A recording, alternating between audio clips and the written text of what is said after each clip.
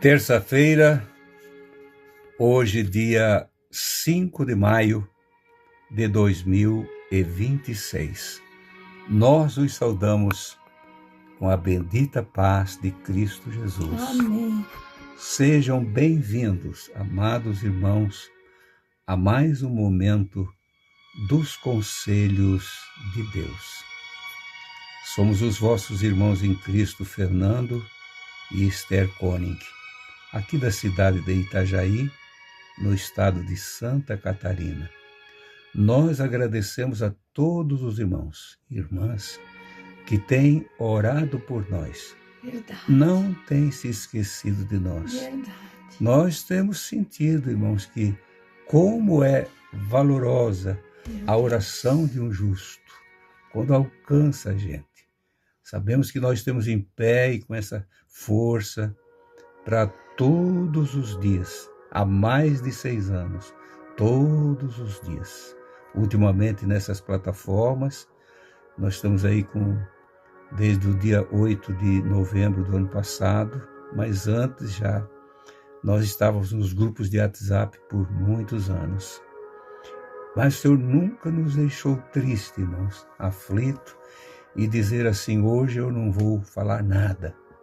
Mesmo eu ficando hospitalizado 7 dias por causa daquele acidente que tive no meu trabalho aqui em casa, né? Tive um dedo implantado, minha mão ficou com sequelas fortes, mas de lá do hospital eu gravava um áudio para os irmãos.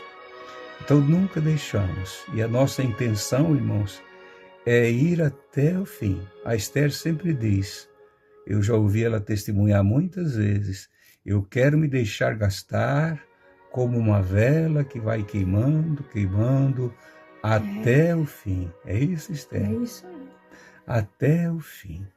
Nós também, irmãos, você também. Faça esse propósito.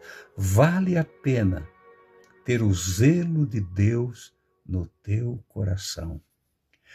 O salmista Davi, no Salmo 69, versículo 9, ele diz, o zelo pela tua casa me consome. O zelo pela tua casa me consome. Quem ama o Senhor, irmãos, também ama o lugar aonde ele congrega, aonde ele vive. Eu estava olhando hoje um comentário de uma irmã dizendo a dificuldade que ela tem para congregar. Ela disse que não tem mais como se concentrar para a oração. Todo mundo conversando. É um entra e sai na hora do culto. E celular tocando em todo canto, dentro da casa do Senhor. Eu fico pensando, irmãos, eu não diria como realmente me concentrar para a oração com barulho assim, gente entrando e saindo, não respeitando ninguém. Na hora da mensagem, volto as costas para a palavra. Na hora da leitura da palavra, sai para fora. Irmãos, nosso templo aqui onde eu dirijo há 30 anos, vai fazer já 30 anos, que eu chamo o nosso templo sede aqui da Igreja Pentecostal de Jesus Cristo. Muita gente pergunta aonde eu congrego, né? Há 30 anos eu dirijo aqui. Então, eu sempre ensinei para os irmãos, a partir do momento que você entra naquele portão lá da frente, o culto já começou, já iniciou. E vai entrando, vai dobrando o teu joelho. Ninguém é obrigado. Se você for visitar e não quer dobrar o joelho, fica sentado. Mas não é lugar de conversar também. É um lugar santo. E nós precisamos manter isso. Mas se não sair do altar, é isso, irmãos, daquele que está lá na frente, as coisas vão ficando tudo igual, em todo lugar. Essa irmã ainda disse, quem dera congregar ou morar perto do irmão, para congregar com o irmão, para ouvir sempre a palavra. E talvez a senhora também vai se escandalizar algum dia. Onde tem o povo, irmã, acontecem as coisas, mas a ordem precisa ser mantida. Quantas vezes, a Esther está aí, pode dizer, que eu paro um pouquinho até que alguém que está lá visitando ou coisa assim, deixa de conversar. Daí eles veem que eu parei, olham para mim, eu olho para eles, não precisa nem falar nada. Eles já sabem o que é. O som muito alto também, as músicas que não tem mais aqueles ritmos divinos, que não tem mais o som do hino sacro, tocam qualquer coisa que ouvem por aí, sem nem saber quem foi o autor daquela melodia, daquele hino, não sabem. Mas quando o Espírito Santo, irmãos, está no meio, as coisas acontecem. Quando você presta atenção no céu, o céu se abre. Amém. E a glória de Deus Amém. se manifesta no meio do povo de Deus. Veja o que Jesus achou quando entrou no templo em Jerusalém para cumprir-se a profecia do Salmo 69:9. Ele olhou, lá estavam os vendedores de animais, de aves para sacrifício, e estava também os cambistas. Ele ficou tão revoltado, Jesus se revoltou, não chegou a bater em ninguém, mas virou a mesa dos cambistas, sortou aqueles animais e disse uma palavra dura, que está em Mateus 21:13.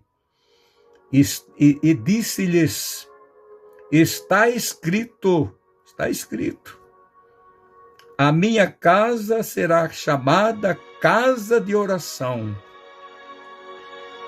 mas vós a tendes convertido num covil de ladrões. É dura essa palavra, mas é o que o homem precisa ouvir. É o zelo de Deus. Nós sempre falamos aqui, irmãos, sobre o zelo de Deus. A Esther já vai falar um pouquinho. O apóstolo Paulo, quando ele estava se despedindo da Ásia, era a última viagem dele, ele chamou os presbíteros, anciões de Éfeso para Mileto e fez uma reunião com ele. Falou tudo para eles.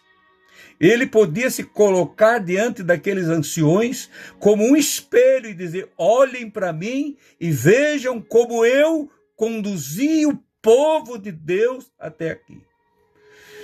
Ele diz assim no versículo 27, porque nunca deixei de vos anunciar todo o conselho de Deus.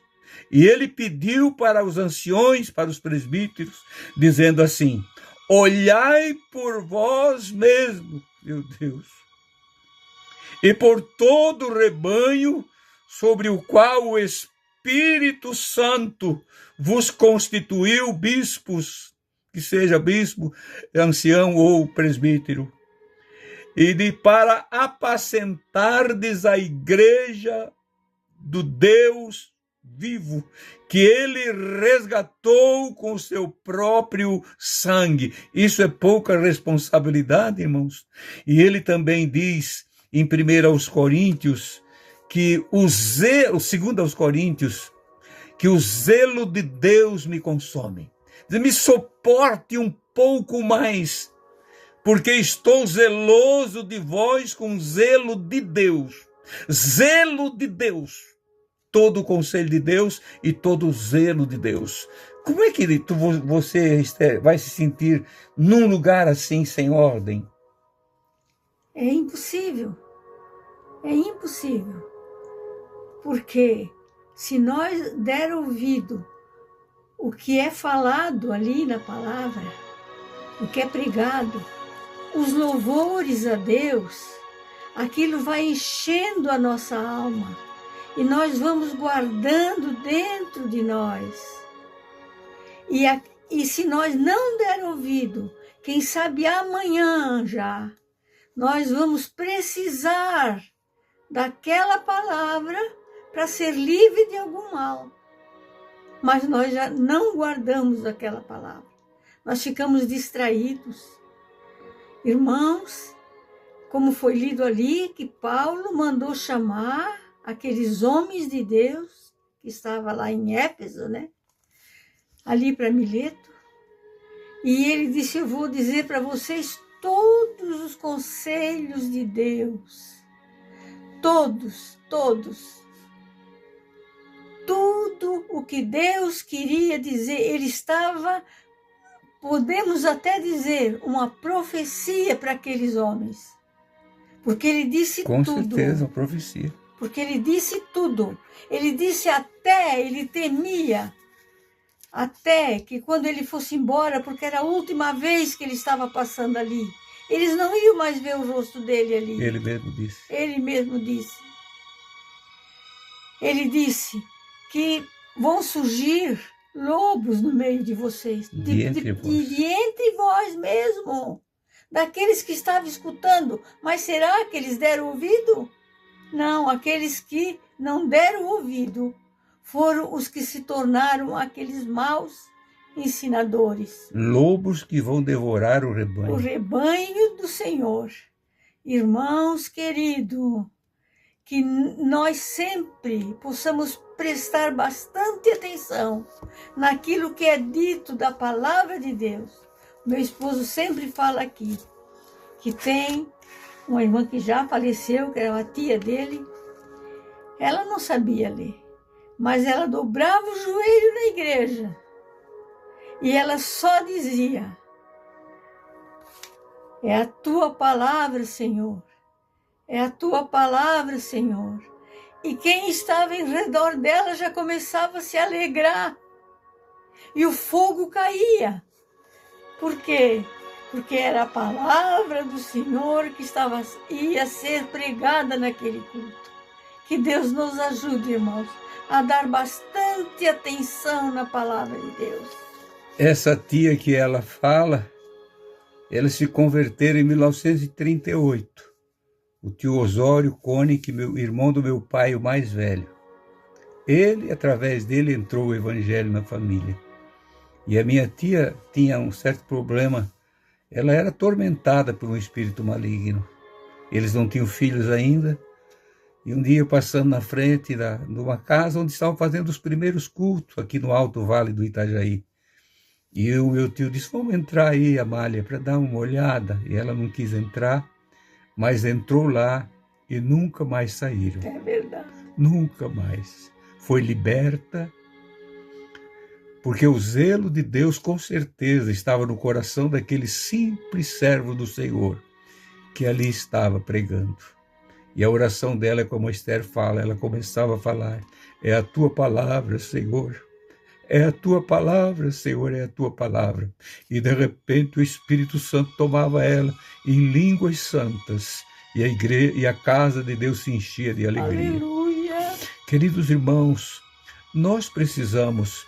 A casa, temos dito, mas a igreja é um lugar público. Claro que é um lugar público, mas é um lugar de reverência, de respeito. Você vai ali para cultuar o Senhor. Outros vão por curiosidade, mas se vê uma coisa que não é aquilo que eles pensavam que era, como é que eles vão ficar na casa do Senhor? Como vão ficar? Se vão lá para ouvir toda a vida, todo o tempo todo, uma palavra de autoajuda, de promessas, de me dar cá que eu dou para lá, me dá uma boa oferta aqui, deixa isso aqui. A maioria das mensagens hoje estão centradas na prosperidade para esta vida, não é?